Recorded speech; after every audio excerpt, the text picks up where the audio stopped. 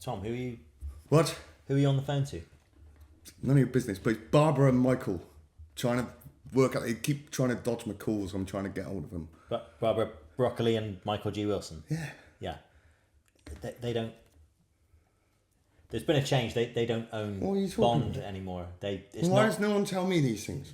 Well, it was in all the papers and social media, and it's Amazon now. Amazon. Flip's sake.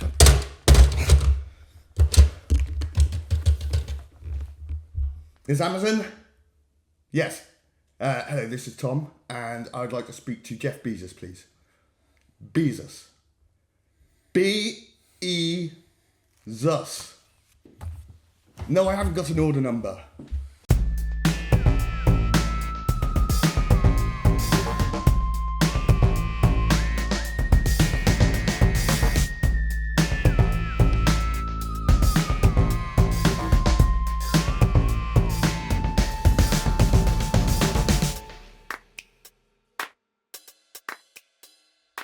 Hello, and welcome to episode 17 of Review to a Kill. My name's James, and I'm a big James Bond fan. My name's Tom. I've been watching these for the first time. Well, each episode we are going to be looking at a film from the point of view of me, having seen it a million times before, Tom watching it for the first time, comparing and contrasting our impressions of the movie. Now, as we say at the beginning of every one of these episodes, there will be spoilers. So if you haven't seen the movie that we're going to talk about tonight, which is that one, then please don't proceed any further, because we will spoil this for you, and we don't want to spoil the movie for you. We want you to enjoy it, as Tom did when he watched it recently for the first time, or maybe he didn't. Well, that's what we're going to find out. We'll find out. But before we proceed to speaking about Goldeneye, let us go back. Let us revisit our previous episode with a little trip down memory lane into Feedback Corner.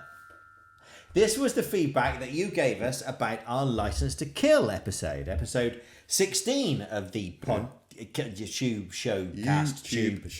show thing. And here are your comments. Now, we always want to hear from you. You can leave a comment below this video, just under sort of there. Or you can tweet us, X us thing at Review Kill Show. Yeah, exactly. Or you can contact us on Blue Sky on at Review to a Kill. Blue Sky. Is this all on the screen now? Is that what that is? Can you see? It's there. Oh, it's nice. Nice little, very nice. So here is some of your feedback regarding our License to Kill episode. First of all, Howard Sinclair. Thank you, Howard. Says, another cracking episode, lads.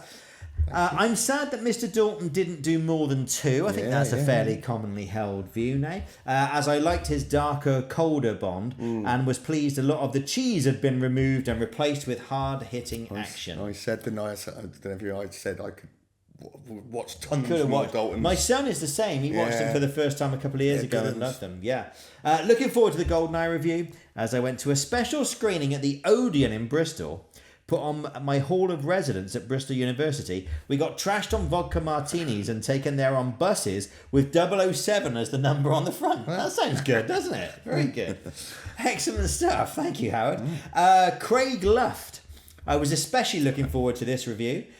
This is License to Kill. Because it's such an awesome and unusual Bond movie, and because it gave me the opportunity to bring back Ninjas!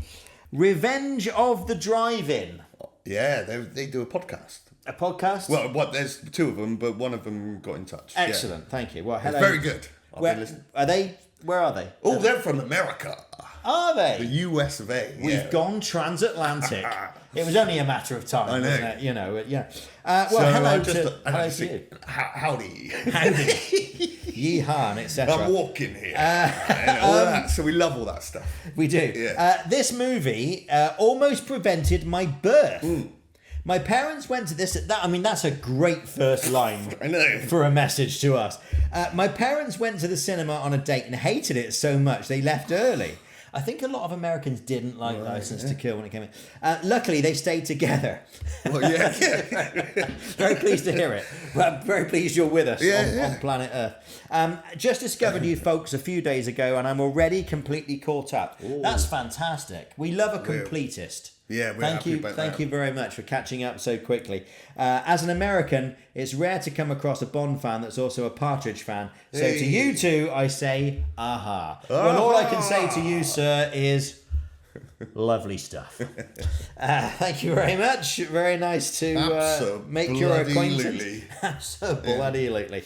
Oxford James, think this episode was good, but I stopped 18 minutes in to watch Seinfeld. Yeah, that's just a little. Yeah, very funny. That's the BondBoard falling apart.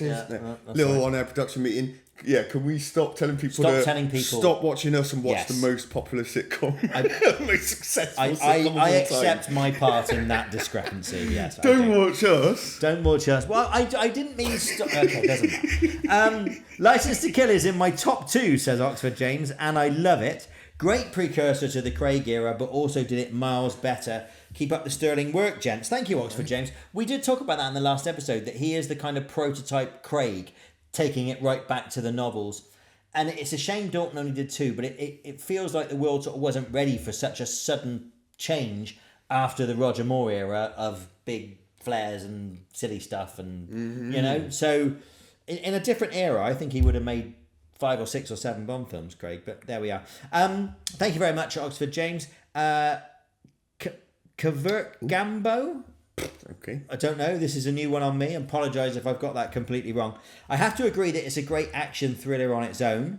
It is. Yeah. But lacks Bondian levity. That's beautifully put. Okay. I think it does lack Bondian levity, even compared to the previous one. Cello, etc. Yeah. Very good observation. Thank you to you, sir or madam. And finally, our regular correspondence from... Flip. Whoa! I don't know what that was. The official nice person. Glockenspiel kind of broke a little bit, yeah. But hello to Queenie Colombo, the official nice person. Sanchez is fantastic, she says. Calm and charismatic and beautifully played. My favourite stunt, she says, is the tanker being driven on one side to avoid the missile. Hadn't seen anything like it at the time. That's true. Not in a vehicle that big. Like most Bond fans, I think it's a shame Dalton didn't do more. I very much enjoyed the return of the Ninjas theme and the Adam West Batman t-shirt that Tom is wearing. Or was wearing in the last episode. Wasn't I? I do like Batman. Yeah. I like Adam West. He's famous for his sartorial elegance, you know, Tom. He's well known in these parts for what's Tom wearing, and then the rest of the country will follow. That's how that works. But I don't think I've worn Bond before, have I? Desde Russia con amor. That's Italian. I'm still struggling with French. So I can't do Italian as well. Add another language. No, let's not. Just what we need, a third language. Right. Thank you very much, the official nicer person. Thank you for all your correspondence. Thanks very much. And that was Feedback Corner. Your Glockenspiel's out of tune, mate. Shite, isn't it? What's going on? It's not brilliant this time. Anyway, never mind. Shall we move on? Computerised. It doesn't make any sense. I know. Why is it suddenly out of... Anyway, shall we move on? Because this episode we are talking about... Goldeneye. Yes, tonight's movie is Goldeneye, which, to inject a little je ne sais quoi into the proceedings... Let's just take a look at Tom's French chart. Goldeneye in French is... Yeah. Golden. Goldeneye. So it's happened again. Goldeneye, yes. Yeah. It's Loro, that's gold. It feature tanks even when it is French. It does. And we're going to do it every time. Yeah. So, and we're going to let it tank every time. We need some tumbleweed or something blowing across. Anyway, sorry. Well, we will begin as we must, due to overwhelming popular demand, with the only man who can do such a complicated plot summary justice, Mr. Tom Scriven, my friend and colleague, who should be sitting to my left, will now deliver his much vaunted plot summary of Goldeneye Take it away, Tom. It's not that bad, this one. Go for it. Stick with me, folks. I'm in. I'm all in. It'll be over before you know it. I'm all in. Bond does this massive bungee jump to infiltrate Archangel Chemical Weapons Facility, USSR. He meets 006. He does. There, yeah. But then all these baddies come in, including Colonel Oromov, who apparently kills 006, right? Sean Bean, innit? Apparently. Yeah, because he isn't dead. He's the baddie. Spoiler. We'd said spoilers before. Because there's a twist later on. No, sorry, right, yeah. So then they try to kill Bond, but he escapes in an outlandish way, right? And jumps off a bike into a plane, all this stuff. He can't just escape. He's got to be outlandish. 9 years later, Bond is burning around in his car, scaring a woman passenger who's evaluating him. Bit of evaluation, was it? Yeah. And then he has a race with this other woman, and then who he then meets at the casino, and we find out she's Onatopp, right? And she's one of the baddies. Yeah. One of the baddies. Okay. And we see her doing it with this bloke, right? And then she kills him while they're doing it, and she's like really like into it. Yeah. Yeah. Right. And then, so this bloke that she's killed because they need his ID to steal this Tiger attack helicopter, right? It doesn't attack tigers. It's not a helicopter for attacking tigers. Yeah, Make that right. clear. So they steal his chopper, and Bond nearly gets him. Well, not really, but yeah, he doesn't manage to catch him in time. No. Right, and then it cuts to Space Weapons Control Center, Severnaya, Russia. And that is full of computer programs. Yeah, all this stuff, and they all get murdered by Oromov's baddies and Onatopp, except this bloke Boris, right?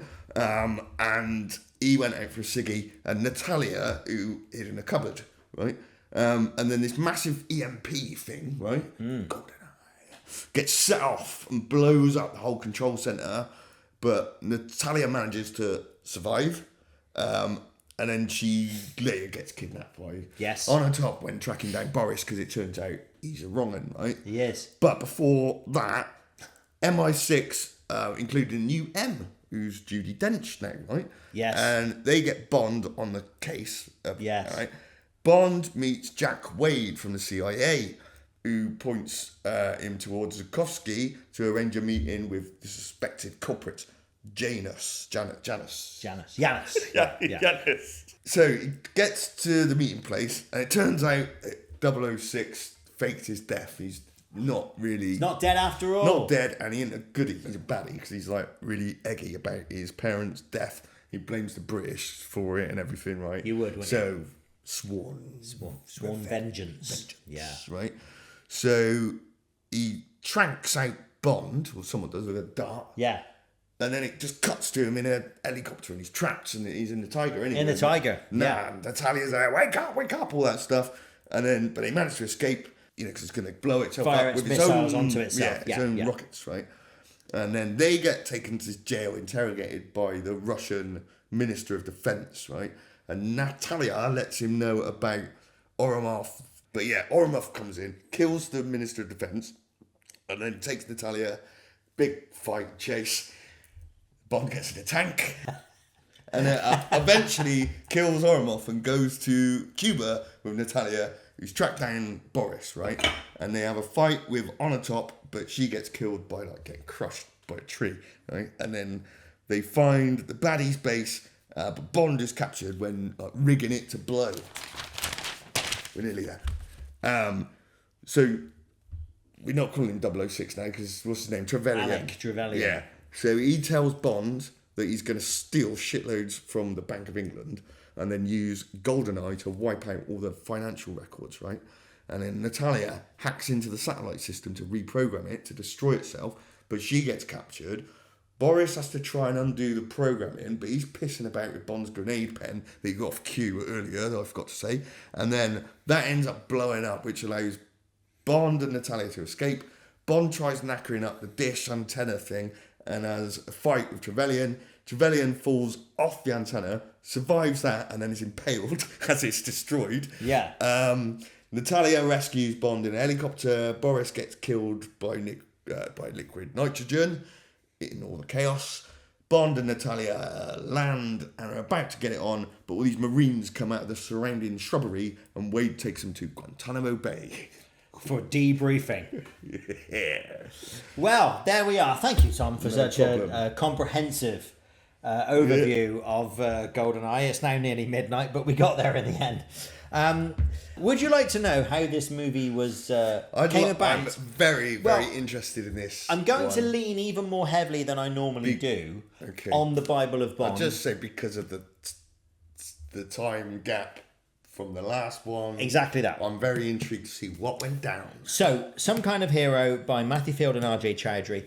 I always use this, but I'm going to quote directly from it this week because I think they explain why there was such a long gap between movies better than I could. Basically, it was a very complex legal case, and it was all a bit of a mess, really. So, 6 years passed between License to Kill and GoldenEye, which was, and still is, just the longest gap between Bond films. Although the current gap we're in may exceed that, depending on what happens next. But there was a 6-year gap. Now, the reason for it we can find here on page 439 of Some Kind of Hero, like a sermon. The Bible of Bond. It is this morning's sermon. I will read from the book of Matthew. Here's Brosnan. Exactly, the book of Brosnan. So here's the best explanation I've found, and I will quote them directly. So thank you, gents, for doing such a brilliant job with this writing. So, Cubby Broccoli owned a company called Danjak, which was the company that owned the Bond rights, okay? But he also owned Eon Productions, which was the company that actually made the Bond films, okay? Now, after License to Kill, control of Eon was given to Michael G. Wilson and Barbara Broccoli, right? The studio that was making these movies was, of course, United Artists, which had recently merged with MGM. Yeah. So it was now MGM UA. That was the studio that was making them. But Eon Productions had complete control over what happened in Bond, and Danjak owned the Bond gun barrel and the theme tune and all that kind of stuff, right? However, MGM got taken over by Pathé Communications, okay? Yeah. The deal maker behind this was a man who had sold the foreign television rights to the James Bond films more cheaply than he should have done. Right? So what that meant was that Cubby Broccoli, through Danjak and Eon, wasn't getting all the money that he should have been getting for the televising of Bond films all over the world. Right? What made it worse was that the man who did this sale then used the proceeds of the sale to fund the purchase of MGM UA from a French bank called Credit Lyonnais. So all this meant that Danjak weren't getting significant television revenue. So what you're then left with is Cubby Broccoli, as the owner of Danjak and the person who ultimately was still in charge of Eon at this point, before he handed it over to Barbara and Michael, actually suing MGM UA. Right. Now, obviously, if a production company is suing the studio that it's making movies for, there's no possibility of a movie, right? So all this takes a long time to go through the courts. It actually started in August 1990 and took until December 1993. So for 3.5 years, there was complete stasis. There was nothing, right? MGM eventually paid £13.5 million in cash and made other concessions to Broccoli. So that is why it all took so long. For 3.5 years, it was just stuck in this sort of legal quagmire. So by the time we then came out of said legal quagmire, United Artists, the studio, had decided that they wanted to move on from Timothy Dalton. Right. The producers, Cubby Broccoli, Barbara Broccoli, Michael G. Wilson, wanted to keep Dalton, sat down with MGM UA. That must have been awkward because given that Broccoli was suing them a few months before, but sat down with them and said, no, we want to keep Timothy Dalton.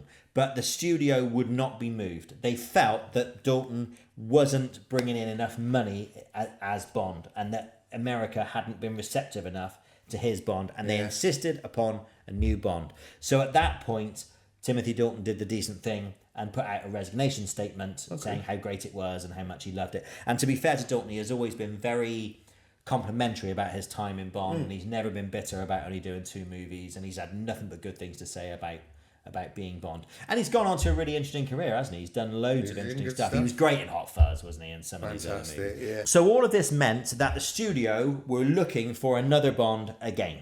Yeah. Here are some of the actors who were considered. Okay. Now, bear in mind, this is sort of 94-ish. Yeah, okay. Mel Gibson, again. Yeah, I just don't see it. Do you?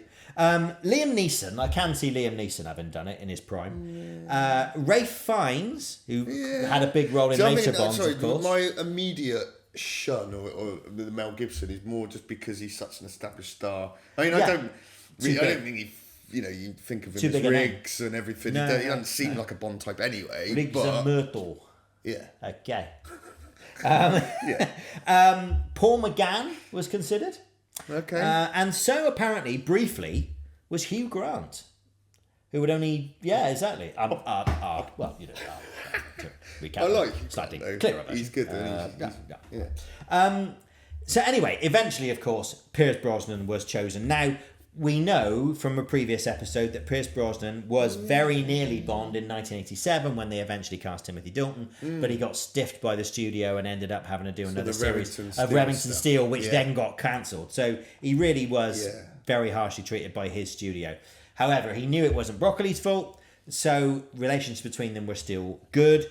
And eventually, Pierce Brosnan was announced as the new Bond on the 8th of June 1994, only a couple of months after Timothy Dalton's resignation. So it all happened very quickly. The cast for Goldeneye. Should we talk about the cast? Yes. The aforementioned Sean Bean as Alec Trevelyan, famous, of course, for dying a lot on screen. We'll talk about his death scene later because it's a brilliant death. I think. Isabella Skorupko as Natalia Semyonova. Born in Poland, moved to Sweden when she was 8. A former model and singer who had a gold record as a pop star in Sweden. Single, did she? Yeah. Although I didn't know that until I didn't. This was her first English language movie as well. So hell of a thing to do as her first English language movie. Famke Janssen as Xenia Onatopp. Dutch actress, former model, very much a springboard for her. She went on to be in the X-Men series. I've been watching the X-Men films recently, and she's someone else from them, one of those movies as well. But we'll get to it. She's fantastic in X-Men, she's a terrific actress. Yeah, great. And several major TV parts as well. How to Get Away with Murder and Nip Tuck and all that stuff. So she's had a really good career. Joe Don Baker returns, but this time. Now, did this surprise you? Was that he came back at all, but in a completely different role? Completely. Because you never haven't seen this before. Was it a surprise to you? Yeah, only a couple of movies later. Yeah. And I just watched Cape Fear again very recently. So, he's on that the too. Same weekend that I was watching this, I had like a Joe Don Baker weekend, the mini best Joe kind of Don weekend. Baker season in my house. Yeah, but he's great in Cape Fear. He's the one who has the teddy bear with the string. And he's very good in this as well. So he came back in this as Jack Wade, a CIA agent. So this time working with Bond rather than one of the villains. Robbie Coltrane. Much sadly missed, of course. From Flash Gordon. But amongst other things. Legend, of course, of British TV as Valentin Sukovsky. Amazing career of more than 40 years. He was playing Cracker on TV at this time. Do you remember Cracker? Is it the same time? Yeah. It was around that time. Do you know his real name was Robert Macmillan? He took the surname after John Coltrane. I never knew that. There we are. Anyway, I think I pronounced this correctly. Cheki Cario as Dmitry Mishkin. He's a French actor, but born in Turkey. He has been seen a lot on British TV in The Missing and Baptiste. That's him. Okay, I haven't seen those. They're very good. I strongly recommend them. They really are excellent. This character, by the way, Dmitry Mishkin, was originally going to be General Pushkin from The Living Daylights, making a reappearance. John Rhys Davis's character. Okay. The aforementioned computer nerd geeky bloke Boris Grishenko is played by Alan Cumming, Scottish actor. Oh, I'm acting. I'm acting. Yeah. Do you know his dialect coach? I can't remember if it was Alexander or Sergey, but it was one of the meerkats before they from Compare the Market. They used to be dialect coaches, or they do a bit on the side. Yeah. So. Do you know who does the voices for that? I do. Go on. Hi, Mr. Partridge. Hey, Mr. Partridge. Aye. Love is in the air. Yeah, right. Simon Greenall. That's him, Simon Greenall, yeah. Anyway, I digress. Scottish actor Alan Cumming played Boris Grishenko. Did you like Alan Cumming? You obviously didn't. We'll get to that. We'll get to that. We'll get to that. Gottfried John, a German actor, played General Oromov. And Yes. we have some new roles, new regular features. So we have a new Miss Moneypenny. Yeah. Samantha Bond, very aptly named, of course. M Secretary, studied at the Bristol Old Vic Theatre School. So we'll claim her as one of us. She's a honorary Bristolian. Congratulations. A very successful career, of course. She pops up in British TV all the time in all kinds of things. Dame Judi Dench as M, the new head of MI6. The first female M, which reflected real life because at this time Stella Remington had become head of MI5, not MI6, in 1992, and it was quite big news at the time. Dame Judi Dench is now 90 years old. She's had a phenomenal career. Yeah. Do you want to know what she's won?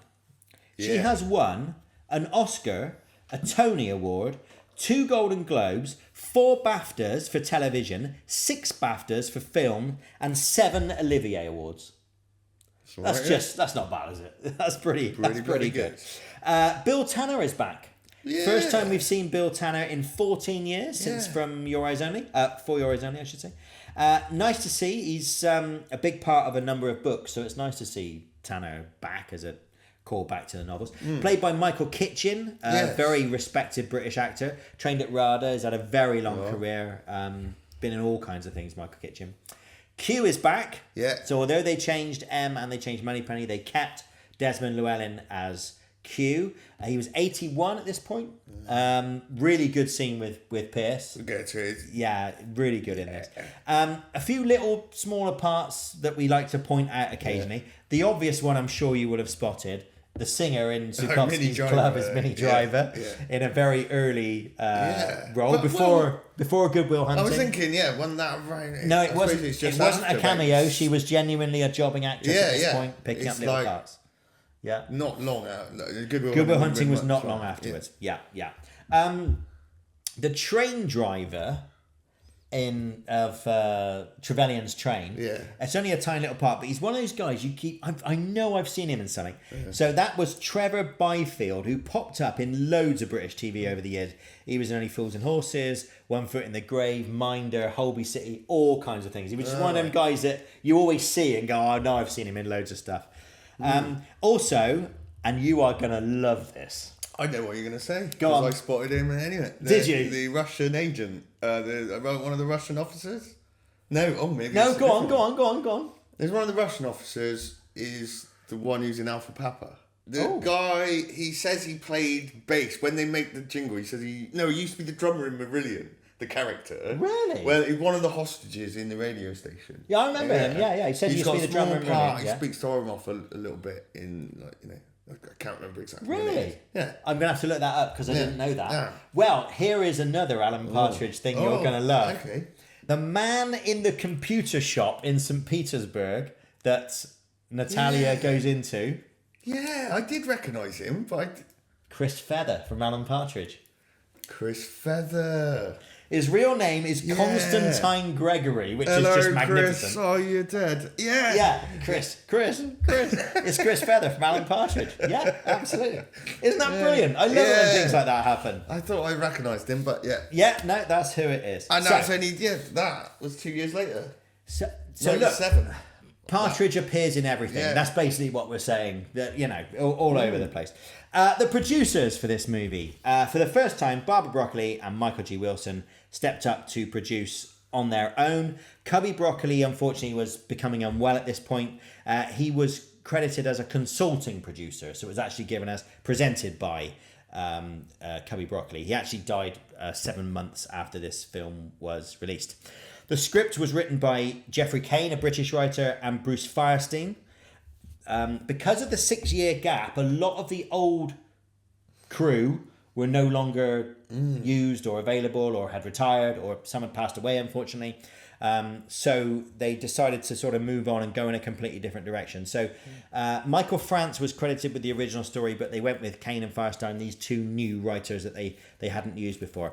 And a new director. And don't forget, we haven't had a new director since 1979 because they were all done by the same man in the 80s.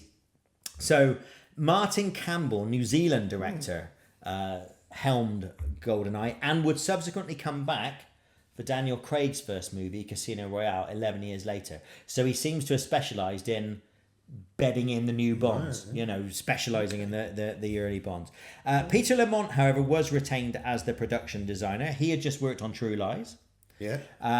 The title sequence was now done by Daniel Kleinman, but very much in the style of Maurice Binder. They kept the style of what Binder had done. Maurice Binder, unfortunately, had died in 1991. Went a bit over the top of it, I'd say. Well, it's just so much going on in the yeah. But in terms of the sort of silhouettes... Yeah, but it's the 95... It's that thing of, we've got computers, we can have a gun coming out of a woman's mouth. Well, perhaps don't, because it's disgusting. It looks weird. Yeah, exactly. We should also say as well, Derek Meddings was brought back as the special effects supervisor, doing all those incredible models. So we talked about Derek Meddings before. He started his career in the early 60s working with Jerry Anderson on the puppet shows, Thunderbirds and so on. He was back on Bond for the first time in 14 years since For Your Eyes Only.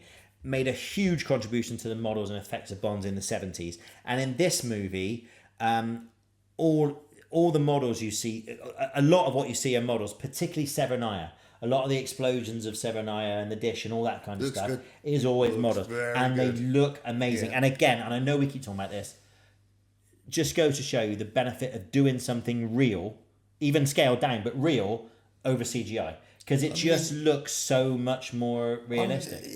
And use force perspective and so on. And now we're getting into the era that it's like the first CGI shots. And I've got to say, from watching all these movies, I know it just sound like old men, but it's like we are. But no, you're right. It does go to show doing things for real and just being clever and using forced perspective and using those models. And those models are so brilliant as well. Unfortunately, Derek Meddings died shortly after Goldeneye was finished, so the film is actually dedicated to him in his memory. So in the 6 years since the last movie, the world has changed massively. The Berlin Wall has come down. The Soviet Union has collapsed. This is the first Bond movie that's been made since both of those events, and I think you can see that very clearly. They make a very clear thing of the old Soviet Union coming down. You even have Bond walking amongst a sort of graveyard of statues of Lenin and these kind of things. So it's very, very clear that they're dialing into that. You've also, of course, the world has moved on technologically. The computers have advanced, and we have this new thing called the internet, which was just starting to come into our lives. So that is highly represented in this movie as well. Right, production problems. They couldn't use Pinewood Studios. No. Bit of a problem. So they built a whole new studio. Did they get locked out? I don't know. Didn't have a key. They built a whole new studio at an old Rolls-Royce factory at Leavesden Aerodrome in Hertfordshire. So most of what you see, certainly the interior stuff, is literally just a giant hangar. Right. And apparently it was freezing cold and a horrible place to work. But they've made it look like an office or whatever. It's a great thing, actually. A few little problems in production. When Pierce is driving the DB5 in Monaco across Casino Square down to the casino at the bottom of Casino Square in Monaco, at the bottom of the hill, which I've been to loads of times, it's beautiful. He left the handbrake on the DB5. And of course, they made him do it 4 or 5 times. And after a while, he's going, I can smell burning in this car. apparently he left the handbrake on this £1 million vintage beautiful Aston Martin. And the bungee jump, which was performed by Wayne Michaels. We'll talk about that later on. They had to do it twice. Wayne, can you just do that again, please? And also they tested it first before he went with a tree trunk and the rope snapped. And he still went. So, honestly, fair play. We will talk later on about those stunts in more detail. The reception for Goldeneye. Critical reviews were overwhelmingly good. Rotten Tomatoes today has an 80% approval rating for this movie. I think it's fair to say it's generally considered the best of Brosnan's Bonds. I don't want to put you off the ones that you're yet to see, but I think the critical, I've heard some stuff already. The critical response, I think, is generally that this is the best of them. And the box office budget for this movie was $60 million, which was not excessive given some of the previous numbers that we've seen. Box office for this was $356 million. It's the most successful Bond adjusted for inflation since Moonraker 16 years before. Wow. So wildly successful. And I would say with this movie, its reputation has generally stayed high in the years since. Hasn't really been reappraised up or down the way some of the others have. Yeah. Although it's now 30 years old, I think it stayed pretty high. And this movie basically is credited with reinvigorating the Bond franchise. It had this huge gap, and there was a real genuine feeling of, is the world still interested in Bond? Yeah. Now that we're in the 90s, the mid-90s, and it was Britpop and the internet and all this stuff was going on, do we really want a guy driving a vintage Aston Martin, wearing a tuxedo, drinking martinis and doing the whole thing? And there was very much a feeling of there is a risk associated to this movie. If we don't get it right, this will be the end of the series. And it was a runaway success. And part of its legacy, of course, is... You're the gamer, so you'll know about this. The N64 I haven't actually played it, but I hear it's a top-notch game. I never had an N64. Didn't you? I've had a Nintendo's before and after. Right. Yeah. But I hear it's still regarded as one of the best games I understand ever. it. Not gaming is not my thing, but I understand it is... As video games go, people still... one of the best games of all time. Yeah. I never had an N64 either. I had a stick and... backyard. Button ball. Play with stick in backyard. Dig a hole. Play with stick and dog muck. Last in the tin bath again. Right. Anyway, there we are. So that is a brief overview of Goldeneye. We shall take a short break and then we will move to the arbiter of all things Bond. What's left of it anyway. The BondBoard in just a few moments. Tom, will you please activate the BondBoard? BondBoard activate.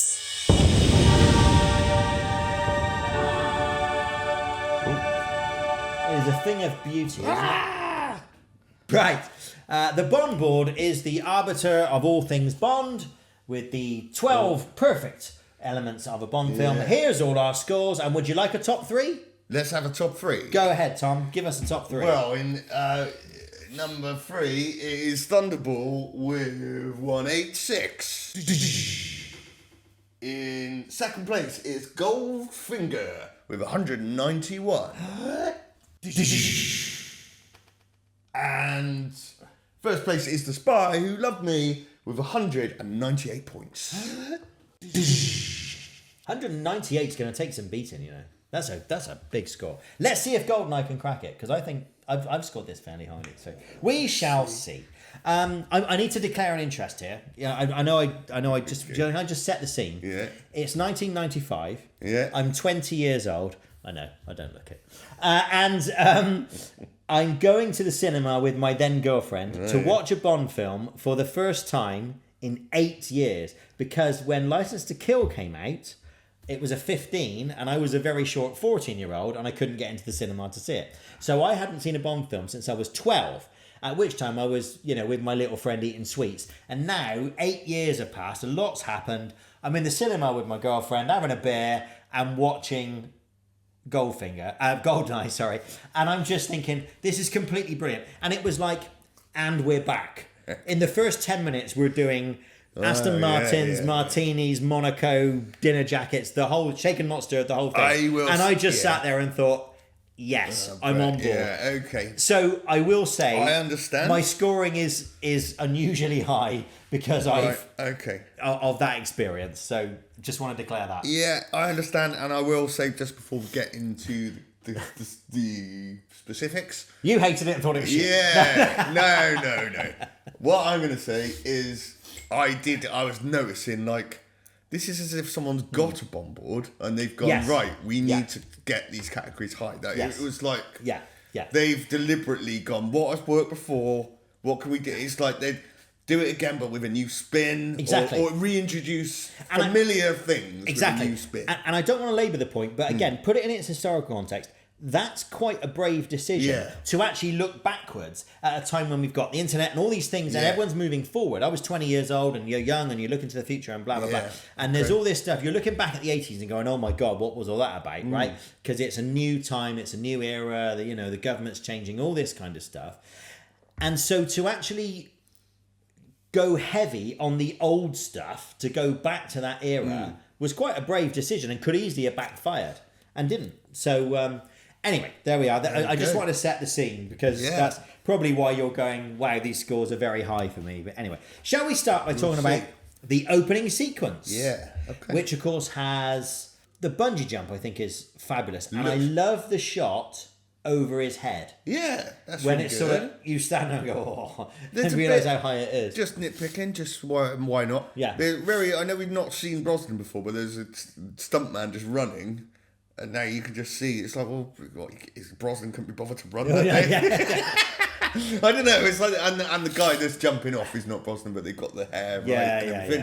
Yeah. But the opening shot, that looks incredible. It does. And then very early use of it just going very quiet, doesn't it? And it's sort of just the wind sort of. And actually, that single tracking shot works really well, following him down. And again, no music. Yeah. Just like... On Her Majesty's Secret Service. No, I was going to say... With that bloke who takes about a million the years dummy. to pull off. No, I was going to say The Spy Who Loved Me, the famous with the Union Jack parachute. Yes. And then, right, he pulls a ripcord, right, and it's a Union Jack parachute, Mr. Parker. Michael! But no, I love the way that they just track him all the way down. Yeah. And there's just complete silence and whatever else. They apparently made him do a little bit extra to get the gun out of the pocket, which is why they made him do it a second time. Okay. But anyway, we'll talk a bit more about that a bit later on.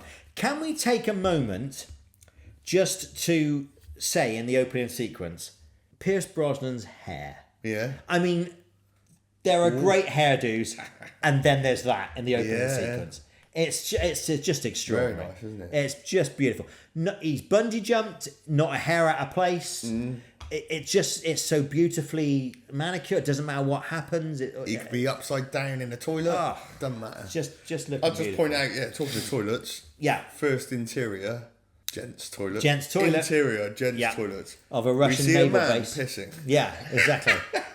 Cut to Day. man taking a dump. It's like, come on, lads. Like, he's been away for 6 years. We want glamour. Go to the toilet straight away. But I like it. I think it's a well done opening right. sequence. I think the action's Bit more. good. And there's another bit of pacing, almost sort of screwing with the audience expectations with the gas canisters. Yeah. And it just takes ages for him to squeakily move across. Which again, it would have been easy to just have him run across with a machine gun. Yeah. But actually, to sort of slow it down, I thought was quite good. Yeah. And again, no music. It's all quite silent. I do like the way as well Sean Bean just casually walks into that laboratory and just shoots a guy or whatever. Just like completely. So I like it. I am gonna raise one small query. Yeah. Which is, as good as the bungee jumping stunt is, I think the motorbike over the edge, catching up in the plane, and whatever stunt, that's never really worked for me. Yeah, and in the cinema, I do remember a few people going, "Oh no!" like out loud, like literally going, "No, no, no, no, no." That's the first one when they've done like rear projection in cars before. Yeah. As early as Doctor No, they've always done that. Yeah. So rear Back projections, projection. Yeah. But they've never really done it when they've done an amazing stunt before. And there's that bit of him falling down, which is obviously the projected background. Yeah. And he's just like in a wind machine or whatever. Yeah. And they've not done that before. And it's like, and it was just It a little doesn't wince quite of, work. oh no, here we go. No, this it doesn't quite work. This is when it all starts. So I'm taking a point off for that because I don't think that quite works. But on the whole, I do like the pre-title sequence. So I have said 8 out of 10. Yeah. I've gone at 7. Okay. Well, like I said, my scores are going to be a bit inflated, I think. But there we are. An 8 and a 7 to kick us off, which takes us on to the theme song. Yeah. Written by Bono and the Edge from U2. It was, yeah. And performed by Tina Turner. Yeah. I've recreated it on me. Nice. And there's I'm gonna play some strings now. Okay. If I get it. See, it's sort of. No. Yeah.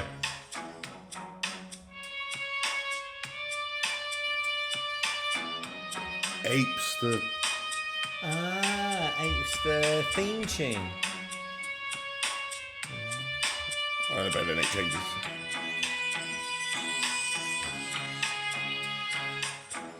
Goldeneye! Well, I've never spotted that. Right. So it follows the... They often do that, so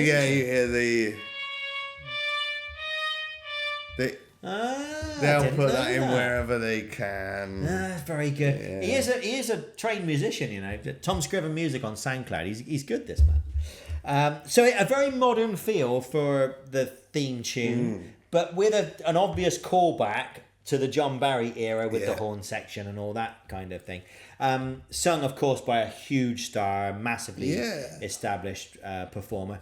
Now, no callbacks to the Goldeneye theme in the movie itself, as far as I can tell. We'll talk about the score in a minute, Probably but it does seem to stand alone. I mean, because John Barry would have a hand in writing the theme with the band or with a singer, wouldn't he? So yeah, I said maybe it's because maybe they might have written it completely independently. I think it was worked totally independently. Without them having knowledge of each other's work. Yeah, I think that's what it is. Do you know which band submitted a song as a theme tune, but it was rejected? No. Swedish popsters Ace of Base. I saw the sign. I saw them at a Radio 1 Roadshow in Western Superman. Outstanding. 91 or whatever. Excellent work, my friend. Do you know what? I cannot find it on, like, normally these things are up on YouTube or something. I can't find it anywhere. I'm sort of intrigued to hear it. But anyway, I think this is a great Bond theme. I think you've got Bono and the Edge, beautifully done by Tina Turner. I think it's a really good Bond theme. I've said 8 out of 10. Well, okay. I've gone 7. I think it's all right, but it's not. It's no Goldfinger. They don't write tunes like they did in my day. It was a bit, and even for Bono and the Edge. I'm an 8. Sorry, you're an 8. Bloody hell. You're a 7.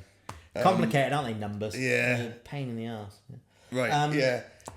I don't know, I just thought like the beat and everything is just very... So you thought it was good but not great? Yeah. Yeah, okay, fair enough. Well, what about the score?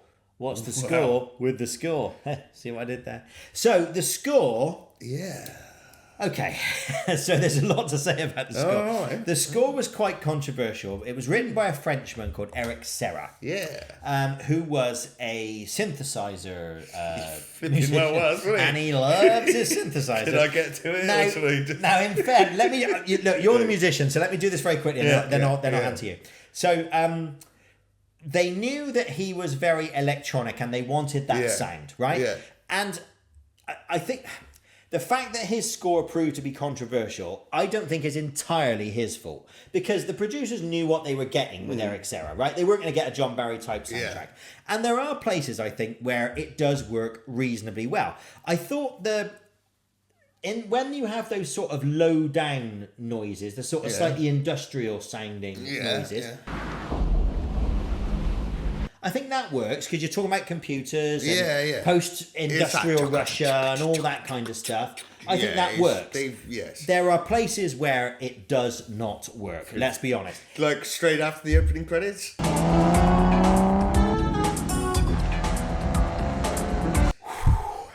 was going to learn it. No, don't, on the guitar. I'd rather you didn't, honestly. Well, I couldn't learn it because it was just like... I'll try it. It's like... It really does sound like... You know those little Casio keyboards where you set it running and you just sort of randomly... Yeah, and then it sort of...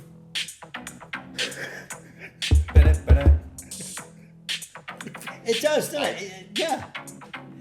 And then there's occasionally bits of... Yeah. A bit of scratching. Yeah. That's And then, not working for me. hang on. Do you know what? It's ironic because this also features a red Ferrari. It reminds me of Outrun, the music for Outrun yeah. in the 80s.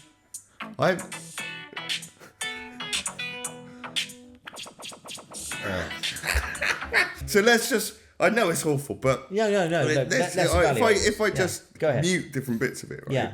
This bass line is just like... It's all... Again, it's like using the Bond notes. Okay. With these weird fifths. See, But you've that got- sounds alright. I can sort of see why he's done that. So it's... Dun, dun, dun, dun, dun, dun. It's the It's same not note as... dissimilar. Okay, I get that. I'm with that. Okay, that's But fine. it doesn't... Altogether, it's just a flipping mess. It is. It's horrible. Beat is like... Someone who's never used a drum And it machine just sounds so before. random, doesn't it? It just sounds like he's making it up as he goes along. Yeah, it's... Yeah. You know, and the sort of blam, blam, blam, blam, blam. It's all sort of... Yeah. You know, it sounds like me. I've had a go at it. Now, there was a problem because Martin Campbell, the director, was apparently disappointed in what Eric Serra was delivering. And apparently the producers were also disappointed. A week before the final cut of the film, right? They called a composer who had worked with Eric Serra but was more of an orchestral composer called John Altman, who they had worked with before, and they rang him and said, come in, just please just drop everything and come in. So this was the Friday 1 week before the final cut of the movie and the premiere, right? They said to him, look what Serra has produced for the tank chase. Yeah. Right? The tank chase through St. Petersburg. Now, well, fairly similar. Yeah. You can find it on YouTube. So they basically said to John Altman, right, you can have any resources, anything you want. We need it rescored in a week. So you get and credit he literally made some calls on the Saturday and wrote some score on the Sunday. Got the orchestra in on the Monday and delivered it on the Tuesday. It was just, and he'll say now that there are bits in that score for the St. Petersburg tank chase that don't quite work, and it was because there just was no time. They just went, that's fine, just keep it in. But as a piece of music, I think that bit works really well, and the fact that you've got as the tank crashes through the wall. Da, da, da, da, da, da, da. He gets it. Do you know what I mean? He understands it. Yes, and it's only really that bit that I've recreated there that really stood out. It's like, my word, this is terrible. Yeah. But So the rest anyway, of it I thought was kind of fine, really, but not standout. And therefore, I've given it a 7. I have given it a 7, although without John Altman's work on the tank chase, it would have been less. We should also say Eric Serra did manage to keep in the closing tune over the end credits, which again is different to the opening tune, which they've done for quite a few movies now, which was called The Experience of Love.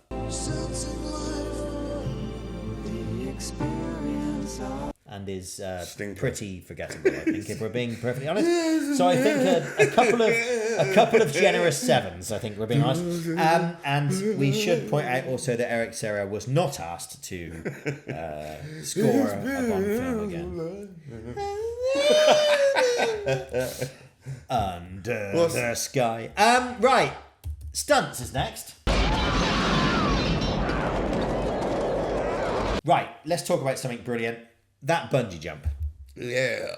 I mean, that is astonishing. That dam is so tall. Yeah. And in my younger days, when I was a very silly young man, I did a bungee jump in New Zealand. Oh, yeah. And I jumped off a sort of cantilever platform over a river, where I know it sounds stupid, but I was sort of thinking, well, there's nothing to crash into. Yeah. It's just open air and then water underneath. Whereas this, he's literally flying down the face of the dam, and if anything goes wrong, you've had it. And I should point out, his jump was 1,000,000 times taller than mine. So he did it so well, and so impressed were the producers with him, and the fact that he did it twice as well, by the way. He did it so well that they actually gave him a small part in the movie. So he is the soldier or the sailor, I should say, who gets shot by Onatopp on the frigate. Oh, yeah. When he says, "I think I've gone to heaven," Yeah. that's Wayne Michaels. It's an amazing stunt. I think Brilliant. it's absolutely brilliant. Yeah. Falling into the plane, we've talked about Yeah. that, and there's laughter in the cinema and whatever. However, whether you think it works or not, it's a very brave thing to do. So there was a motorcycle jump by a French rider called Jacques Malnuit, Yes. but he only jumped sort of 20 feet in the air or something. And then what they did was edit in Yeah. the actual base jump, which someone genuinely did jump off and do that base jump. And that was BJ Worth, who we Nice. have seen again and again and again doing amazing thing on Bond films for more than 15 years now. Any aerial stunts, but he really is a legend. proper legend. Yeah. And he just jumped off this. Yeah, that's what I do. Yeah. The tank chase, Yeah. the big main sort of central action sequence in the movie. Some of that is genuinely in St. Petersburg. The bit of around the destruction. river, they got to do about 4 days worth of shooting around the river, but they were told obviously you can't damage anything, but Yeah. you could have sort of extras jumping in front of cars and things like that. Anything that is genuinely destroyed, that is at the airfield at Leavesden, where they basically rebuilt the streets of St. Petersburg. Yeah.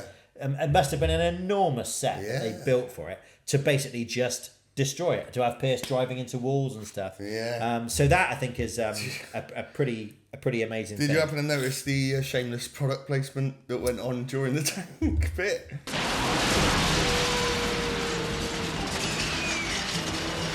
I just think it's a little bit of kind of betrayal, really, when you go in expecting one thing and you end up with a flipping advert. I know. It's just a bit. It just doesn't sit well. with There's me. no need for that kind of corporate exploitation, is there? I tell you what, that's really refreshing, isn't it? That's just fantastic. That's really hit the spot. The only that. thing you could do that would be worse would be like ripping off a Wayne's World gag. I don't like it when people rip off Wayne's World gags. No, No. I don't think there's any Or need for it product to be placement. ripped off. Or product placement. So, yeah. Because the trouble is then, you're essentially owned by corporate companies. Yeah. It's like you've sold out, and I don't think there's any need for it, is there, Yeah. Ray? So the St. Petersburg tank chase took 6 weeks to film, Yeah. and they drove through 90,000 cans of Perrier. It's not bad, is it? To be fair, I think it's a great sequence. I really like it. I think it works on every level. It's cool, It's great action, but it's fun. It's Yes. proper Bond. I really like it. didn't, because I've never seen it. Obviously, I've never seen these in the cinema. Yeah. So I've never hardly watched them with an audience. Me and my brother sometimes. This time it's me and my brother and my mate Steve. Excellent. It was like, well, Yes, this is brilliant. Yeah, this was going down well. And I do love the little tie adjustment thing as well and all that. I think that's Pierce really sort of owning the character. So like it a lot. Remy Julien again overseeing the car stunts, as we've seen many times over the years. And I think we should have a little chat as well about the final fight in the top of the antenna. That's good, man. Which is a really good, and again, like My those, brother said it, and I was just thinking that. is a good fight. Robert Shaw. Yeah, exactly. From Russia with Love. Which I think is the standard for Bond fights. Yeah. But this is very similar because A, you've got 2 guys who are big and look like they could do you damage. But B, you're in a very enclosed, confined space. And it feels... This is why another thing I didn't used to realise how much I like close proximity fighting. Yeah, absolutely. I like stunts and Yeah. No, I think it works really well. Very impressive. So I'm saying a load of great stunts in this movie. Yeah. I know the free fall into the plane doesn't quite work. Oh, I'll say but I there's a think good a lot one. of good stuff. There's a good one as well with it's Natalia, but I guess it's a stunt woman. There's a big rig of monitors or stuff that goes zhung and nearly falls. Oh, yeah, on him. nearly falls And there on is someone down there that you think, yeah. that could have gone alright. That was pretty cool. We've seen things like that go wrong before. Yeah. So yeah, I think loads of good stunts in it. Yeah, I and really, like really you say like with it. I've kind of put this in stunts with action stuff, but the whole EMP sequence because we talked about 90s, internet being new, CGI starting to crop up, but stuff like that can look really bad, but it's good. All the electricity going off and killing those pilots that get Yeah, taken out and, all it's that. quite sudden as well, isn't it? It's like bang, and the lights are out, and you're like, and model whoa. work, you say, is The fantastic. models are great. Yeah, I'm going 8 for stunts. I thought they were really, really good. I the take same. one off for the free fall into the plane, but I think most of the stunts in this are absolutely top notch. Really good. I've Really said good. 8 too. Yeah.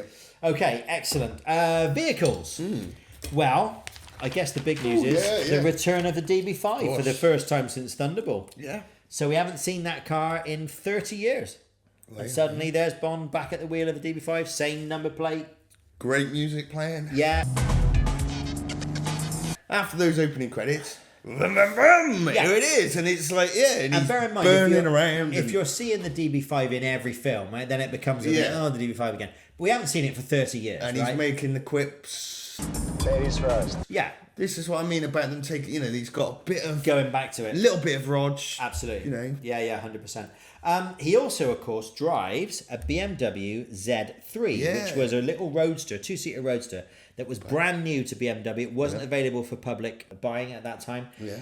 I remember there was a lot of fake tabloid controversy at the time because, shock horror, Bond drives a German car. And certain sections of the tabloid press went stupid for this. Look, the fact is, BMW gave the producers 15 million quid for Bond to drive their new car in the movie. What are they going to do? That's a quarter of the total budget of the movie. What are they going to do? Of course they're going to take their money. Yeah. And actually, the Roadsters, Z3 Roadsters, are a really nice little car. It's a fun little car. Not the automatic, but the manual is a really good, fun little car. And Especially when it's got Stinger missiles. Yeah, well, there is that. Yeah. And it does give you the chance to, again, have those great scenes with Q where he's talking about, like he did with Connery all those years before. So that, I think, is a great little thing. Would you like to know about Jack Wade's car? Yeah, I was about to say Wade's car. Jack Wade's little car is a Zabros Moskvich. Right. No, I don't know either. But there we are. It's a tiny little Russian car. I can't tell you much more than that, I'm afraid. It was all right for the gag on it, I suppose. It was a good little gag on it. The tank I've put in the vehicles. The tank, yes. We've also, of course, got the Tiger helicopter, which was intended to be a genuine thing. It was genuinely like several years ahead of what they knew was coming, sort of 5 or 6 years down the line. Yes. Can I just also point out, and I know you're going to go, oh, no, and roll your eyes. The train. The old Russian train. Do you know who owned... It didn't look like that. It was a diesel train, right? And they put all the stuff on to make it look that way. Do you know who owned it? Pete Waterman, the record producer. Honestly. I know. He's had a show about trains, hasn't he? He's a train enthusiast. He does like his trains. Yeah. No, I'm not a train enthusiast. He knows about... I don't know trains. I don't. Well, okay. Go on about him enough. I might be going to the National Steam Museum in York next week, but that's a different thing altogether. Nothing to do with being enthusiastic about railways.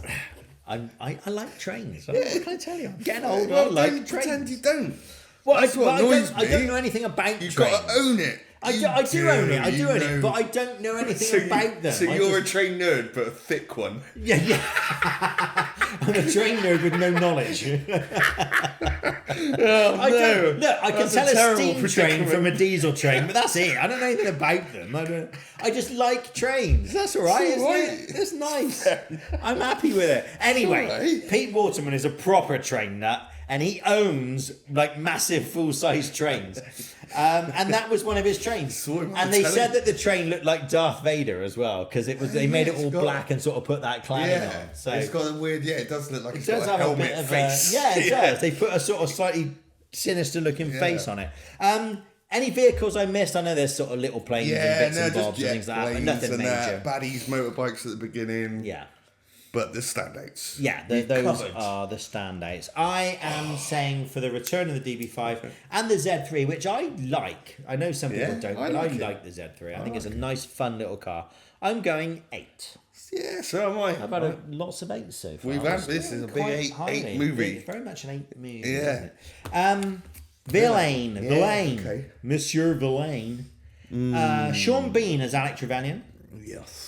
Quite relaxed about killing people, as we said at the start. Doesn't seem to mind doing that. Quite sort of old school in some ways. The Russians are the baddies again, albeit one that has gone rogue rather than being a sort of state-funded Russian baddie. You know, one that the Russians can't control either, sort of thing. His motives don't quite add up. He's not really old enough to remember everything that happened post-war. He would have had to have been a few years older than Sean Bean was at the time. So that's a slight black mark. I think... Sorry, go on. Well, I don't know if it's just my fault for not watching the movie until 30 years after it was made. Yeah. But, like, I knew when it... Before, like, when he died, I was like, I'm sure he's going to be in it longer than this. Yeah. And then his name's in the opening credits. It's like, I think he's the baddie. So, it's not the biggest twist. You kind of know that. Yeah. And they made such a big thing of Trevelyan died in the conversation with Judi Dench and so on. Yes. That you sort of think, oh, that's a plot spoiler. He's going to, you know. But I think that's okay. I think, again, he comes back as someone quite different with his face mashed and all the rest of it. I should say as well, great death scene. One of the brilliant. Great Bond baddie deaths. Not content with chucking him 500 feet off the aerial, they then literally land the entire aerial on him. It's almost... We're definitely going to kill this guy. You know, right? It's just to stop people and go, as if he'd survive. No, he definitely. I mean, he wouldn't survive that, but no, we want a good shot of him going, ah! Yeah, exactly, as it falls down. Yeah. And I think Sean Bean's a bit... I've seen him in some things and thought he was brilliant, and I've seen him in other things and gone, not sure. But I think he's generally pretty good in this. He looks the part in the action. He hasn't obviously got the poshest voice in real life, but I think his public schoolboy voice is pretty good. So I think it holds up pretty well, don't you? He's pretty convincing. Fine. And then and also they do this sort of really late on the train with Natalia. They just turn him into this. Oh, and he's a bit of a perv, he is a bit. And they make him really horrible. But then I suppose, had he been sort of bad enough to that point? Probably not. Because his killing had been done for MI6, and we hadn't really seen him do anything terribly bad at that point. So I guess they've got to make him hated, haven't they? I guess that's what that's about. Yeah, fair enough. But you're right, it does clang slightly. I've gone 7. I think he's a solid... We're in agreement once again. Not one of the greats, but a solid villain. Yeah. Yeah. Right, which leads us to our henchman. Yeah. Which I think we would describe as a mixed picture. Let's start with Onatopp. Yeah. I like Onatopp. I think she's barking mad. I quite like genuinely, properly deranged a woman who gets villains. off on inflicting pain? Sounds like my 5 ex-wife. Right, is this thing on? I did. At first, I thought, oh my gosh, like when she's gunning down all the and basically having an operatives, orgasm, and it's like, this is disgusting. It is, but at the same time, there's kind of a wink to the camera when Oromov's staring at her like, really? And because it's almost like the writers are going, we know people are going to feel this way, so we'll put someone on screen who does that. So there is a sort of knowing wink to that, I think, which is all right. But it's like, and then you just see this part of the body. That's horrible. And the body falls out. It's got this massive grin on its face. That one. Yeah, that's great. I put that in gags. So, and I also like that we've got Onatopp, the crazy psycho bitch, in the same movie that Bond finally gets a lecture about his misogyny. Do you want to do that? Yeah. I like both of those scenes, but they kind of contradict. They do. Not scenes. I like Onatopp and I like the idea of it. Scene. No, I get what you're saying. And it is a bit... It is a bit of a contradiction. The other thing I would say about Onatopp is I think she plays the part very well in the casino. I think is a really good scene. Yeah, I think she's good at the action. We know that Famke Janssen's good at action. We've seen her do loads of action over the years, right? And she's good at fight scenes and guns and all that kind of stuff. She's great.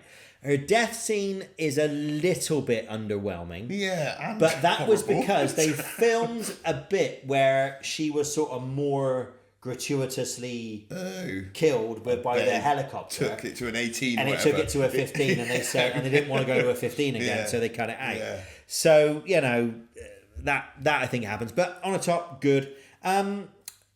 Boris, I think you may have one or two things to say about Boris. You're not a fan? I thought, as soon as the first shot, he's in like the background, but you can see him just twiddling his fucking pen.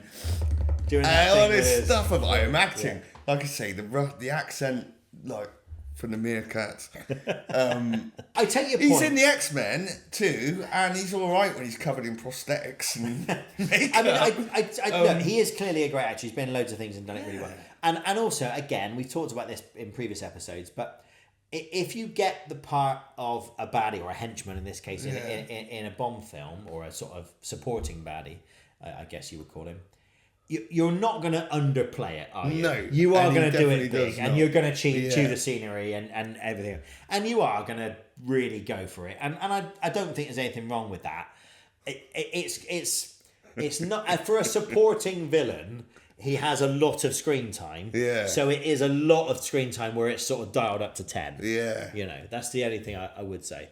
Yeah. I think some of it works and some of it doesn't. Fair enough. I'm not like, yeah. What do you think of his death scene? It's suitably silly. A little bit of a shame that someone didn't come and kick his head in and just smash it. Just like to with make a hammer sure. into a million pieces. But, like Kenny from South Park. He can't just kill him. He's got to be like dead several times. It's just he's got like, it's the things that wind me up. He was lumbered with all of it, like the computer programmer in the 90s when they go about the internet and something like, whoa, slow down, tech nerd, that like tech speak where like now it's we've all got jams computers their on our modem phones. so they can't hang up. Exactly. No, what? it's A modem? gibberish. What? Oh. Yeah, so I hate that. That makes me laugh because it's just unfortunate that times have moved on and audiences know more. It's the Russian accent. Sorry, I haven't finished. The Russian accent is not quite and working. It's just all the over the fidgeting and all that. Yeah, I suppose I am acting. Yeah, I suppose. Like you say, computer nerds were still a relatively new thing on screen. I suppose. I don't know. But he's all right. Ourumov. Gottfried John was a very, sadly no longer with us, but he was a very well respected German actor. I think he's good in this. I think he doesn't really have an awful lot to work with. Yeah. It's not like he's a particularly outstanding character, but I think he does it very well with what he's... I did notice the hand he's been dealt. I do like, the scene where he's lying to the board. Yeah. Did you notice the cameo, little Michael G. Wilson again, and his little cameo, So Ourumov, I think I like. I think they're a solid lineup of henchmen. Probably a mark or two up for Onatopp and maybe a mark or two down for Boris. What have you gone for? 8. We're going 8. Yeah. I will go 8-2 then. I think Onatopp's a great character. Yeah. Right, location is the next category. I have a list of locations which we'll zip through. Let me know if we miss any. No, I've not written anything there. Oh, okay, right, fine. So, the dam at the start is the Contra Dam, which is in Switzerland, and it is as high as it looks, by the way. Monte Carlo, Monaco always just looks great, day and night, and it looks fantastic. And it is a fabulous place to visit. It's really, really, really great. So I mentioned St. Petersburg. There is genuinely some of that tank chase that is in St. Petersburg. The railway line in Russia, the Nene Valley Railway in Lincolnshire, which we saw last in Octopussy. Same stretch of track as in Octopussy during the train sequences there on Octopussy's train. The telescope in Puerto Rico and the observatory was the Arecibo Observatory and Telescope, which was actually in Puerto Rico, not in Cuba. And it was a genuine thing, although they did build a model again. They had Derek Meddings do some miniatures, but they genuinely did film at the observatory. When you see Bond running around on the observatory, that is genuinely in Puerto Rico. Unfortunately, it collapsed a few years ago. It wasn't maintained very well. It was abandoned and then left to just sort of fall apart. So it collapsed a few years ago. There is talk that they're going to restore it, but I don't know if that's going to be a thing or not. A lot of the places that were supposed to be St. Petersburg, they actually used London because they didn't where they weren't able to use St. Petersburg. So, St. Petersburg Airport, where Bond lands, that's Epsom Racecourse, where the Derby is held. They will use that again in a later movie. The courtyard of Somerset House, that's just along the road from the Strand. That doubled for St. Petersburg at the square when Wade breaks down when he hits the car with the hammer. Okay. That's just outside Somerset House in London, right in the middle of London, just along from the Strand. The Russian Orthodox Church, where Natalia meets Boris, is St. Sophia's Church in Bayswater, which is a Russian Orthodox church. I've been there and had a little look around. It's beautiful. Yeah. I mean, it's beautiful, but if you were in there on your own, you would sort of think... All of a sudden, you see a figure in a black shawl. Exactly. It does have that vibe to it. Yeah. The exterior shot of the Grand Hotel Europe, that's the Langham Hotel, which is right at the top of Regent Street, opposite the BBC. Oh, yeah. It's just a shot from across the road, and it's right in the middle of London. And the St. Petersburg Council Chamber, where we had that great scene with Oromov and Grishenko having a bit of a go at... Not Grishenko, sorry. Oromov and... having a go at each other. That is the Draper's Hall, which is next to Liverpool Street Station. Just down the road from Liverpool Street Station. So they used a lot of London in this, which I think works pretty well. It's not like you look at it and go, that looks like London. No. It doesn't. No. So, very good. So what are we saying for locations? I got 7. I have also said 7. We're almost matching on every score. Nearly, yeah. Which is interesting, given our... The closest or most... The one we've agreed the most on the lifelike, most. yeah, the most we've agreed on. I agree. Right, the story. We've obviously had your magnificent plot summary, so we can't possibly top that. But we will just say, I love the fact that they've gone for all the hits. They've played all the hits in the first 10 minutes, as I mentioned. Yeah. Martinis, shaken not stirred, DB5, dinner jackets, and everything. Bond is back in suits again for most of this movie, which he was quite casual in the Dalton era for large parts of that. There are a few things they cut out. So when Bond hits Onatopp in the car and knocks her out, you don't see the actual hit. Again, that was a censor thing to try and stay below the 15 limit. Yeah. There was one thing that my son pointed out, and my son is 24 now, and he thought he saw this movie 3 or 4 years ago for the first time, watched it again with me just recently in preparation for this, and he thought he would love it because of the film, because of the game. He loves the game and all that kind of stuff, right? But he pointed out this isn't one of his favourite movies because he said it doesn't actually have anything to do with the UK. The UK's not actually under threat in any way. So why is Bond even getting involved? Which kind of made me think, yeah, do you know what? He's got a point. Why is Bond involved? I suppose at the very end, but Bond doesn't know it till then. But exactly. Because Bond doesn't know that Trevelyan is the ex-006 guy. So why is he sent to go? But I suppose that's just a sort of minor point. Good point, Lewis. And also, one thing you're going to see, which is a bit of a cult thing, you're going to see a lot in the next 3 movies, is Brosnan pain face. You're going to see that a lot. So when Onatopp is squeezing him in the sauna, and he does that sort of face, right? You're going to see that a lot. So keep your eye out for that in the next movies. What do you think of the story? Yeah, I liked it. It's obviously I didn't wait 6 years since the last one, but I can imagine it just ticking all the boxes. Exactly, and I've given it an 8. I also have given it an 8. I think it's what a good, is going on tonight? Strong story. Yeah. That leaves us. Whoa. Are you all set? Yeah. That leaves us with 3 categories. Which are? And they are... Gadgets, gags, and girls. Gadgets, gags, and girls. And all will be there at my birthday party on Saturday night. Gags. Sorry, gadgets we shall start with. You may have more gadgets than me. I'm a bit light. Sorry. I've got the exploding pen. Yep. I've got the watch. Class 4 grenade. The Class 4 grenade, sorry, yes. I've got the watch activating the explosives. Yeah. Obviously, Bond's version and Trevelyan's older version. Yeah. I quite like the way he goes, still press here, do I? I think that's quite nice. By the way, first time Bond wore an Omega watch. And he has done ever since. A lot of product placement coming up for Amiga So I watches. didn't even write that one down because there's a load of these ones where it's like, oh yeah, that would have been a gadget because it's laser cutting. Well, the belt with the piton, I quite like.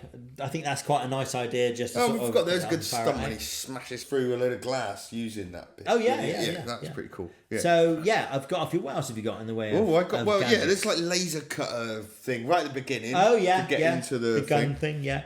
In his DB5, he's got a fax machine. It sort of prints receipt paper with. Oh, but it has got where's Moneypenny's like Moneypenny's voice message. singing car. Yeah, a sort of instant message 30 years before we had it. Except it was still using paper then, but quite nice. So he uses a towel as a weapon. He does. And then as a towel. He does. Yeah, that's pretty cool. A weapon, and you can towel off afterwards. Towel off, that's really handy. Nice. Yeah. Like I say, the voice activated like door locks and things, which. I mean, we haven't like that. so much got them now, but it's not exactly... No, I think that looks pretty good. Again, of its time, I like that, yeah. Oh, yeah, I mean, the Q branch bit, I mean, it's overlap with gags here, but that was just like... There's so much going on in there. Yeah, I think they got it just right that I think it... Well, loads of people probably would have thought that's too much, it's stupid, it's silly. No, I love it. But I think it was perfect in the amount, the sort of frequency of gags, the ratio of gags. And again, put it in context of the series, because the last time we'd seen Q in his laboratory testing all these gadgets was actually in The Living Daylights 8 years before. Because if you remember in License to Kill, we had a bit of a scene in the hotel room, but not so much. So if it's the first one in 8 years, throw everything at it. Yeah. Throw the bus at it. You know, with the... So there's an X-ray document scanner. Yeah. And when he's talking about that, there's the phone box in the background with the airbag. And the guy trapped in it. Yeah, I like that. And the woman with in the seat in the background. There's an ejector seat test in the background. And the pen. Taking it, testing it on poor old Fred. Yeah, I like the exploding pen. I'm alright with that. Yeah, that's a good gadget. That's all right. Yeah. And there's some gags, so I'll come back to that bit. Plenty of good gadgets in this movie, then. Yeah, loads. What have you said for gadgets? 8. I've also said 8. These are my most this much. Yeah, this has got to be the most. There's usually quite a agreeable discrepancy. thing. So, right, gags. Bloody loads again. Yeah, there's a few here. I've got to say, I love The Next Girl. I think that's a brilliant line. I really like that. Yeah. And I like the way Brosnan delivers it as well. One rises to meet a challenge. Very good. I think the byplay generally between Bond and Onatopp a lot of it is very good. Yeah, it's almost like the whole every line is a gag. Yeah, it is. And that whole scene really is a big gag, isn't it? I like a woman who enjoys pulling rank. Yeah. That's a good line. Like that a lot. We've talked about Robbie Coltrane, but he obviously is a proper comedic actor. And there's that great bit where he's saying about how cold was it last year? And the guy's like, right, silence! That was good. Yeah, good little bit. Yeah, like that. Yeah. I've put in gags as well. The little straightening of the tie by Bond in the tank. I like that. I think Brosnan does that very well. Okay. That's a gag, isn't it, really? Oh, of course. Visual. What else have we... there were so many. I didn't write them all down because it got to a bit like, do I mention that or are we just like... But there's, beg your pardon, forgot to knock. I think, is that his first line? Yeah, it is, That's pretty cool. There's the bit in the the DB5 with the "Stop it, James! I know what you're doing. You're just trying to show off the size of your..." And he says, "Engine, ego," and then they do it. They do, and he says, "Let's toast your evaluation, shall we?" I liked "How do you take it?" Straight up with a twist. Yeah. Good line. She's got a cigar in her. But it's good that he doesn't say anything to that. He just sort of stands there and lets the line go. We mentioned the smiling corpse after being killed by sex. Corpse. The Q branch bit was like, "Don't touch that. That's my lunch," and all that. I liked that. I think it works very well. It was like a relentless. Run of gags. It's just very boom. But again, we're in this little. Again, I think because, as one of our correspondents said earlier, the Dalton films didn't have as much in the way of gags. Yeah. And I think if they are going back to that and going to look for a Connery type movie, then humour was always a part of that, wasn't it? in Roger Moore's era, it was a huge part of it. So I think they got the balance pretty well spot on in terms of what we would expect from a classic Bond film, Just a few more. There was when Joe Don Baker had the tattoo, "Show me Muffy." Yeah, that was quite like good. good line. Don't make me do that. When they get out of the after escaping the tiger thing, and the things we do for frequent flyer miles. That one doesn't land as well for me. That was what we all groaned at that one. That's not as good. Yeah, the hip flap swigs, they made me chuckle. Yes, yeah. Have a bit of that. Yeah.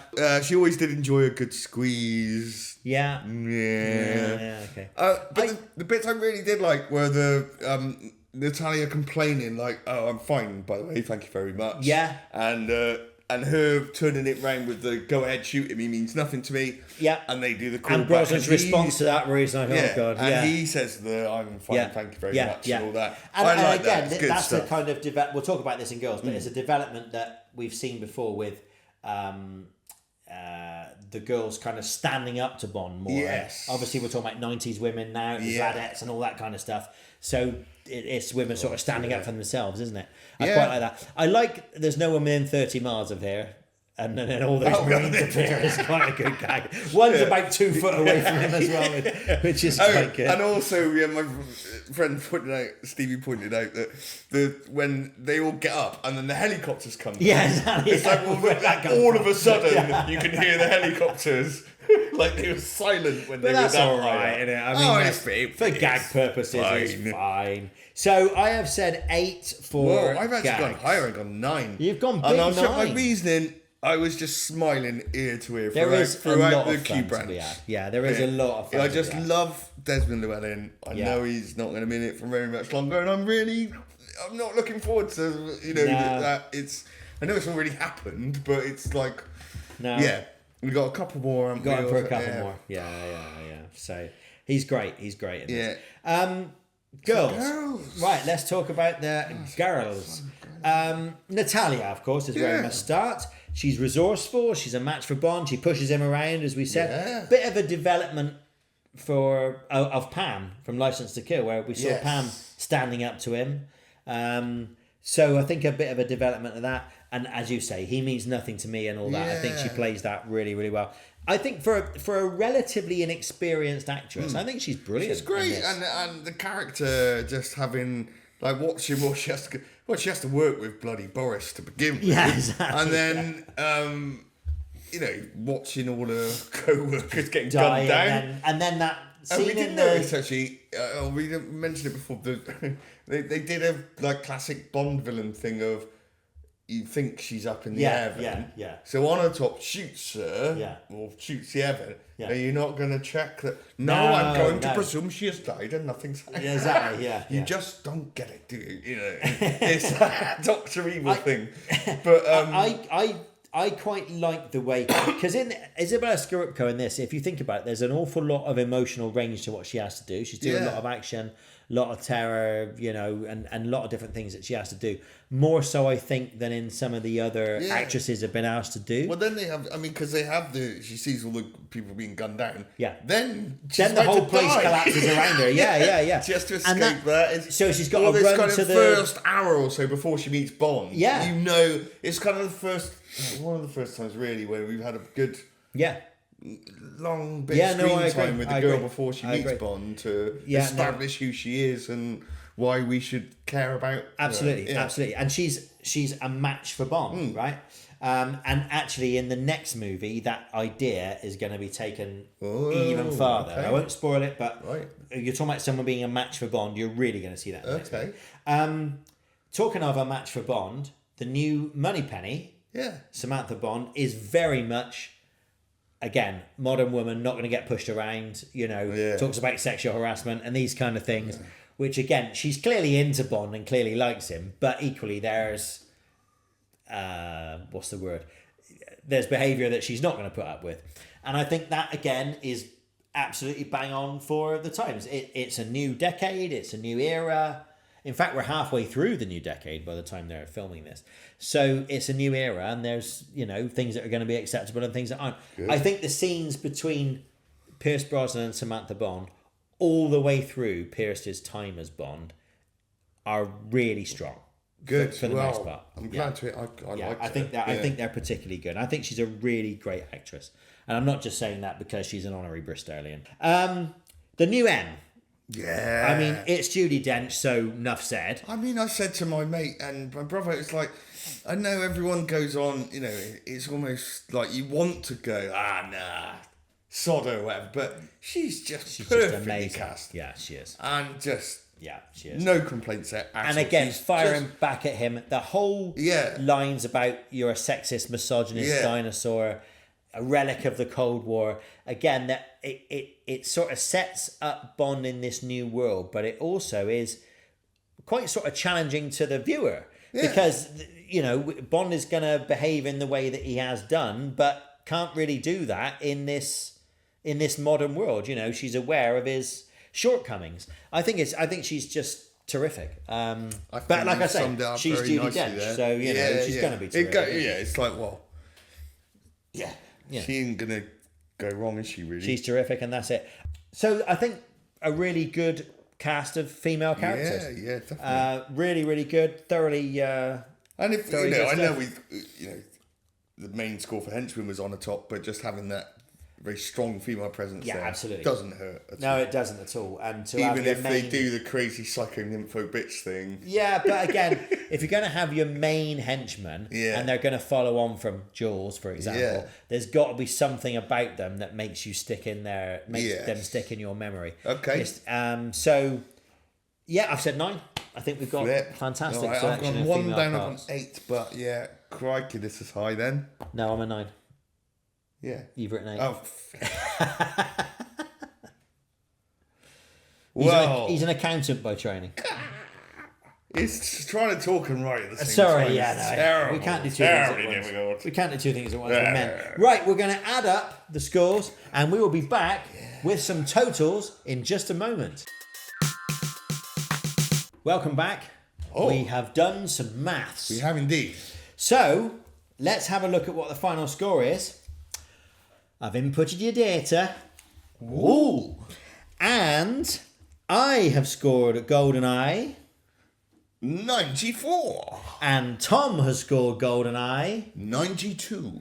Those are 2 high scores, and it gives Goldeneye a score of, if my maths are right, 186. Yeah. Which puts it all the way up in equal 3rd place. Crikey. So that is the same score as Thunderball, and it is only behind Goldfinger and The Spy Who Loved Me. Wow. So 186. You did say 94 and 92, didn't you? I'm just double checking because I don't trust myself. 186. So that is a really big score. Highest we've scored it for quite a while, actually. Which fits with what we said, right? Yeah. It's Bond back with a bang. Everything's working again. Great. And the series is back on track. Goldeneye goes into equal 3rd place with Thunderball. Highest score we've seen for a while. Yeah. I think it follows on from what we've said before, which is you said about this being a very Bondy Bond film. Exactly. And the most Bondy Bond films are the ones that score highest. Doing it this way because there's lots of gadgets and lots of action and lots of girls and lots of all that kind of stunts and all that kind of stuff that you expect to see in a Bond film. So once again we prove that the Bondiest Bond films score the highest. So thank you very much for watching. Don't forget to contact us either by leaving us a comment. We'd love to hear your comments. And the little thing under this video, or you can contact us on X, Twitter X thing, at Review Kill Show, or on Blue Sky on at Review to a Kill. Thank you very much for watching, and I don't know about you, Tom, but I'm about ready to enjoy some delicious Perrier. Lovely. It's gorgeous. Oh, that really hits the spot. Ooh. Lovely. Cheers. See you next time. Please send us some money, Perrier.